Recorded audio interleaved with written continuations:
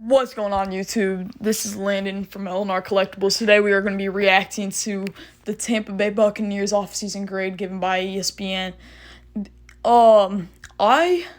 They gave them a B. I don't necessarily agree, nor do I disagree, because you could argue B plus, but some would argue B minus. I'm a Bucs fan, and I think that the B is a perfect spot for them. Nothing bad that necessarily hurt the team majorly, but nothing that improved the team to that next level here.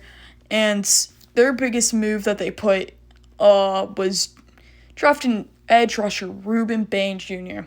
And yes, that is a great move. I agree completely. I think Ruben Bain Jr. is going to be an immediate impact for this team. I think he's going to be a strong edge rusher, and I think teams messed up leaving him to 15. And I think he'll prove that with the season he's going to have. I think he's going to be, maybe as a rookie, an 11.5 sack guy. Yeah, for a rookie year, and I think he may be a defensive rookie of the year candidate. You saw when he got drafted, that reaction, just grabbing the hat immediately and walking off. He is ready for a big year, and I love that move. So the move that I liked from this article from ESPN saying signing Al-Quadin Muhammad, I didn't hate it or love it. He had 11 sacks. We can look at him right now here. Al-Quadin Muhammad had 11 sacks, 0 forced fumbles, 0 interceptions. But here's what we had to look at the stat category. 11 sacks seems good, but look at all of the seasons before. His best season before this was 6 sacks at the Colts. But he's not good in the run game at all, guys. He's only had 3 tackle for losses last year. That's not good at all, honestly.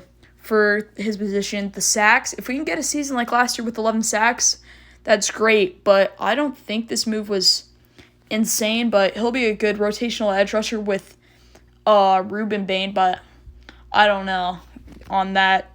I think the move that I liked best, that was obviously Ruben Bain Jr., but I think a sleeper was the drafting of Ted Hurst, which we'll get to. The move I disliked, they say, is not retaining cornerback Jamel Dean. See, and I don't hate that. I don't hate it or love it. The contract he got was pretty expensive. I don't think the Bucs could afford that.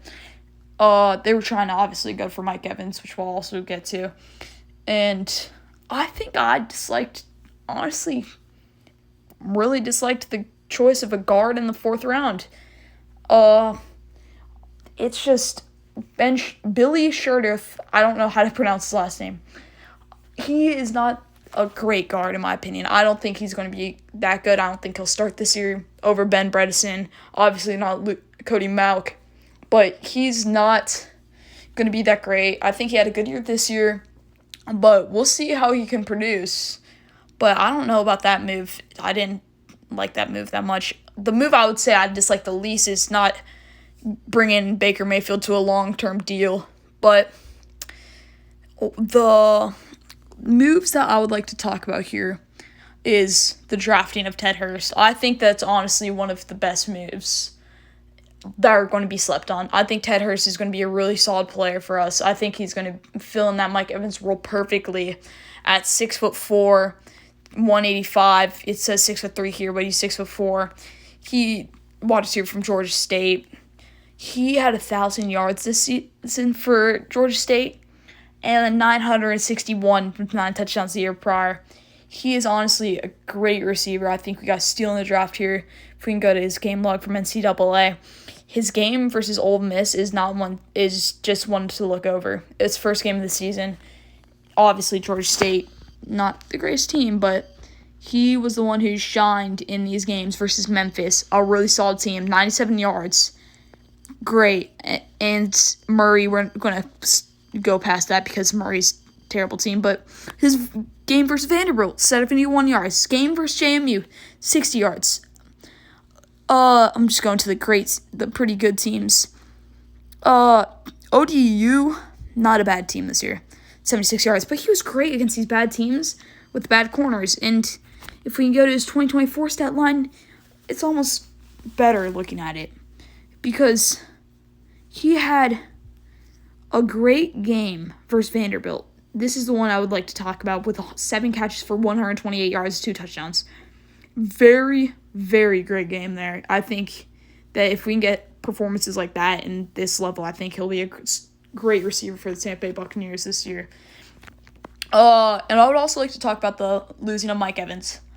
I think it's a pretty major thing to happen, but honestly, I think we forced the ball to Mike a lot this year, and I think obviously that Atlanta Falcons game was a great game by him. He was obviously pissed that we lost, but I think he's going to be good in San Francisco, but I think injuries are just hitting him, man, at his later years of life. It's just sad to see, but yeah, it's pretty disappointing, but I can't be more happy for him in this situation as a Bucs fan, but I was upset at the time, though, obviously.